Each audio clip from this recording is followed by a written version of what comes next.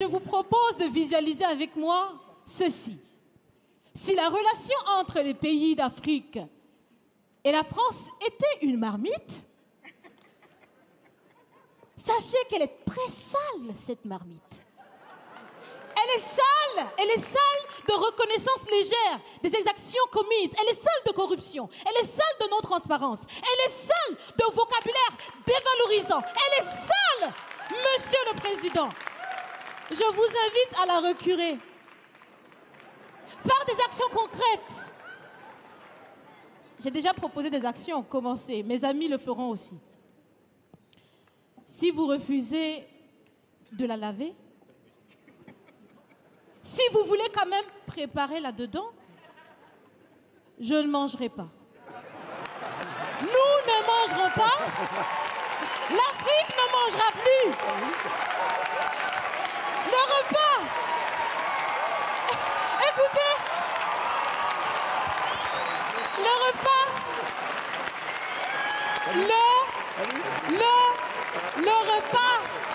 Le repas sera prêt. Vous serez le seul à table avec un appétit difficile.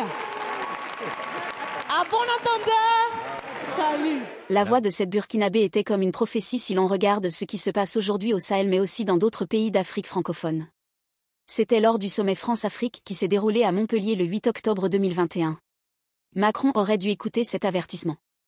Une autre voix que Macron aurait dû écouter est celle du Premier ministre malien par intérim, son Excellence Abdoulaye Maïga lors de la 77e Assemblée générale de l'ONU en septembre 2022.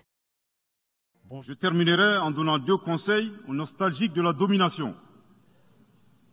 Ayez le sens de l'empathie, en traitant les autres comme vous voudrez être traités, ou en ne faisant pas aux autres ce que vous ne voudrez pas qu'on vous fasse. Le second conseil, revoyez vos copies, revoyez vos modèles, revoyez vos logiciels pour intégrer le changement de mentalité et l'évolution du monde dans vos grilles de lecture et d'analyse. Sortez du passé colonial et entendez la colère, la frustration, le rejet qui remonte des villes et campagnes africaines, des populations africaines, et comprenez que ce mouvement est inexorable. Grâce au principe de la multiplication fractale, vos intimidations et vos actions subversives n'ont fait que grossir le rang des Africains soucieux de préserver leur dignité. S'ils n'étaient qu'une centaine aux indépendances, aujourd'hui nous sommes des millions, et demain, tant que les paradigmes inégalitaires demeureront, nous serons des milliards.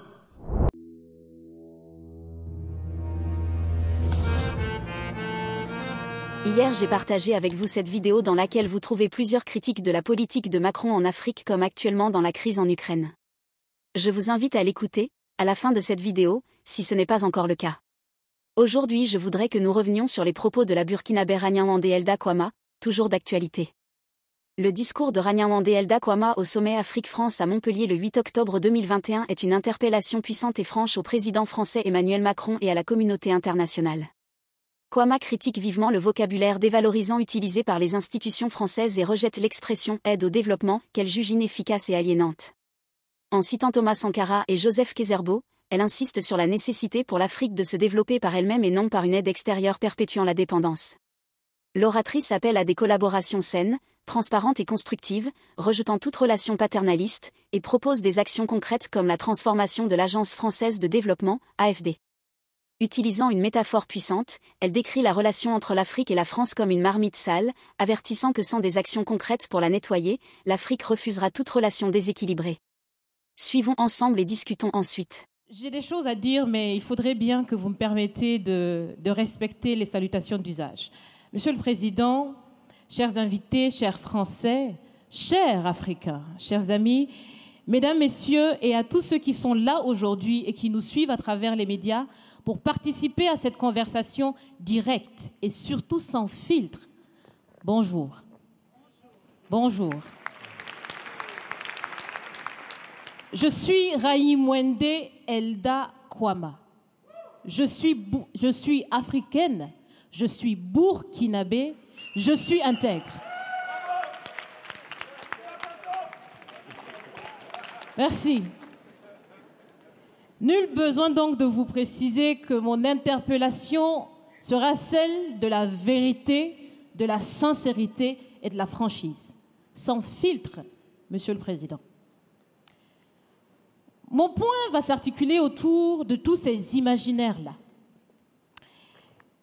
Et s'il s'agit de parler des imaginaires et de ces concepts faux, incompatibles à la réalité de nos peuples, il faudra surtout parler du vocabulaire dépassé, inadapté, dévalorisant, qui réside encore dans vos discours et dans celui de vos institutions lorsque vous vous adressez à l'Afrique ou lorsque vous levez des fonds pour aider l'Afrique.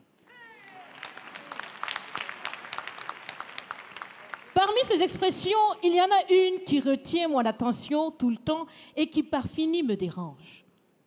L'aide au développement.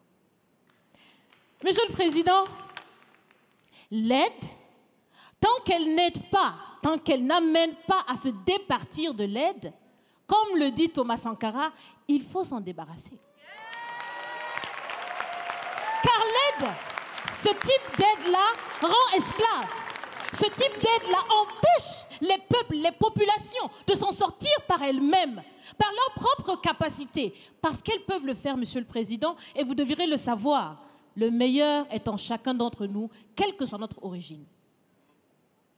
Je continue donc pour vous citer ici Feu Joseph Kizerbo, un intellectuel africain, certainement que vous le connaissez. Vous lisez beaucoup, n'est-ce pas, Monsieur le Président? Il a dit, et je cite, « On ne développe pas, on se développe. » Fin de citation. Alors si on ne développe pas, on ne peut pas non plus aider à développer. Ça fait près d'un siècle que l'aide au développement se balade en Afrique. Ça ne marche pas.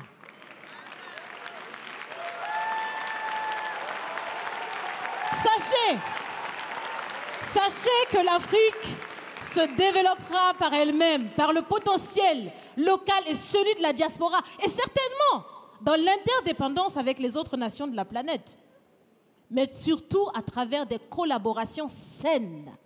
Je répète, saines, transparentes, constructives. Il y a des têtes bien faites, il y a des investisseurs aussi en Afrique. Nous innovons déjà en Afrique.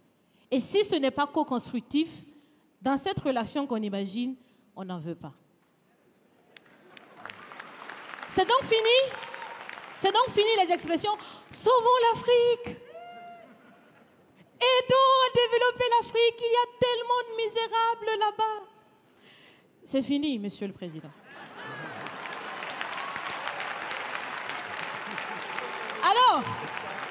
Alors, si on doit vivre ensemble, parce qu'il le faut à tout prix, ça sera dans l'interdépendance, je répète, mais surtout et aussi dans le respect et la valorisation des uns et des autres. Monsieur le Président, vous avez voulu ce sommet différent, vous nous avez appelés, nous, société civile, tout en sachant bien que tout ce qu'on peut faire, c'est dire ce qu'on pense. Vous êtes un président, vous pouvez prendre des décisions, que chacun prenne donc ses responsabilités dans ce sommet. Monsieur le Président, je vais vous proposer des actions concrètes. Est-ce que vous savez, je pense que vous le savez, l'AFD, l'Agence française de développement, fête bientôt ses 80 ans. C'est l'occasion de faire différemment. Changez déjà le nom, changez le fond. On l'a si bien dit, on veut des partenariats qui soient clairs, qui soient transparents, où nous aussi on peut parler, on a notre mot à dire, on peut aussi agir et on peut mettre aussi de l'intellect et des ressources financières sur la table de la discussion. Je vais finir parce que j'aime bien échanger avec Monsieur le Président. Mais je vais finir. Et je vous propose de visualiser avec moi ceci. Si la relation entre les pays d'Afrique et la France était une marmite, sachez qu'elle est très sale, cette marmite. Elle Elle est sale de reconnaissance légère des exactions commises. Elle est sale de corruption. Elle est sale de non-transparence. Elle est sale de vocabulaire dévalorisant. Elle est sale, Monsieur le Président. Je vous invite à la recurer par des actions concrètes. J'ai déjà proposé des actions, commencez. Mes amis le feront aussi. Si vous refusez de la laver, si vous voulez quand même préparer là-dedans, je ne mangerai pas. Nous ne mangerons pas. L'Afrique ne mangera plus.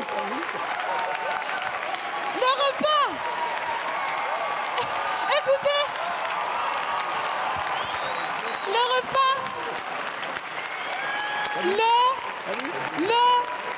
repas. Le repas sera prêt. Vous serez le seul à table avec un appétit difficile. À bon entendeur, salut. Merci. L'inaction de Macron face aux revendications de la jeunesse africaine, telles que celles exprimées par Ranyawande Elda Kwama, a eu des conséquences significatives sur les relations entre la France et l'Afrique. Le sentiment d'inertie et de déconnexion des préoccupations locales a conduit à une montée du rejet de la politique française en Afrique, avec des manifestations de rejet de la présence française, notamment au Sahel. Parallèlement, la Russie de Poutine a renforcé sa présence sur le continent, profitant de ce vide pour établir des partenariats et accroître son influence. Cette situation met en lumière plusieurs leçons importantes pour nous tous, tant dans notre vie personnelle que professionnelle. La première leçon est l'importance de l'écoute active et de la réactivité face aux préoccupations et aux retours des parties prenantes. Ignorer des voix légitimes et des critiques constructives peut entraîner des conséquences négatives à long terme. Dans notre vie personnelle, nous devons nous efforcer de pratiquer l'écoute active lors de conversations avec notre famille et nos amis, en posant des questions pour clarifier et montrer que nous valorisons leur point de vue. Il est également crucial de répondre rapidement aux besoins et préoccupations de nos proches, démontrant ainsi que nous prenons leurs préoccupations au sérieux. Professionnellement, nous devrions mettre en place des mécanismes réguliers de feedback pour recueillir des opinions et des critiques de manière formelle et informelle, et démontrer notre engagement envers le changement en prenant des mesures concrètes et visibles en réponse aux retours reçus. La deuxième leçon concerne la reconnaissance des erreurs et l'adaptabilité aux nouvelles réalités. La rigidité face au changement et l'incapacité à reconnaître les échecs peuvent conduire à des pertes d'influence et de respect. Dans notre vie personnelle, nous devrions admettre nos erreurs sincèrement lorsqu'elles surviennent dans nos relations personnelles et être flexibles en étant ouverts aux suggestions et aux changements proposés par notre famille et nos amis. Professionnellement, nous devrions effectuer régulièrement des évaluations de nos politiques et stratégies, et être prêts à les ajuster en fonction des résultats et des retours. Participer à des formations et des séminaires pour rester informés des meilleures pratiques et des nouvelles perspectives dans notre domaine est également crucial.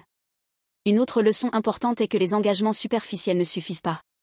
Un engagement authentique et des actions concrètes sont essentielles pour établir et maintenir des relations de confiance. Dans notre vie personnelle, nous devrions nous engager à respecter nos promesses envers nos proches et à faire des efforts concrets pour tenir nos engagements, même dans les petites choses du quotidien. Nous devons être véritablement présents lors des moments importants de notre famille et de nos amis, montrant ainsi que nous valorisons ces relations. Professionnellement, nous devons communiquer clairement et honnêtement sur les actions prises et les décisions faites, et assurer que nos paroles sont suivies de faits concrets. Participer activement aux initiatives et projets que nous lançons démontre également notre dévouement et notre engagement personnel. Toute relation, qu'elle soit personnelle ou professionnelle, doit être basée sur le respect et l'égalité. Le paternalisme et la condescendance sont contre-productifs. Dans notre vie personnelle, nous devons traiter nos proches avec égalité et respect, valorisant leurs opinions et contributions sans les minimiser ou les ignorer. Travailler consciemment à réduire nos propres biais et préjugés et nous efforcer de comprendre et d'apprécier les perspectives différentes est également essentiel. Professionnellement, nous devons promouvoir une culture d'égalité et d'inclusion au sein de notre organisation, assurant que tous les collaborateurs ont des opportunités égales de contribution et de progression. Encourager un environnement de travail où le respect mutuel est une valeur centrale et prendre des mesures contre toute forme de discrimination ou de harcèlement est également crucial. Enfin, les relations doivent être collaboratives et partenariales. Une approche unilatérale et paternaliste est souvent rejetée. Dans notre vie personnelle, nous devons impliquer notre famille et nos amis dans la prise de décisions communes, en valorisant la coopération et le travail d'équipe. Nous devons également cultiver des relations équilibrées où chacun a une voix et peut contribuer de manière égale. Professionnellement, nous devons développer des politiques et des initiatives en collaboration avec diverses parties prenantes, assurant que leurs voix et leurs perspectives sont intégrées dès le début. Construire et entretenir des partenariats stratégiques avec d'autres leaders et organisations, en cherchant des opportunités de collaboration mutuellement bénéfiques, est également essentiel. En intégrant ces leçons et applications concrètes, nous pouvons non seulement améliorer nos relations et notre performance professionnelle, mais aussi enrichir notre vie personnelle en créant des liens plus forts et plus authentiques avec ceux qui nous entourent.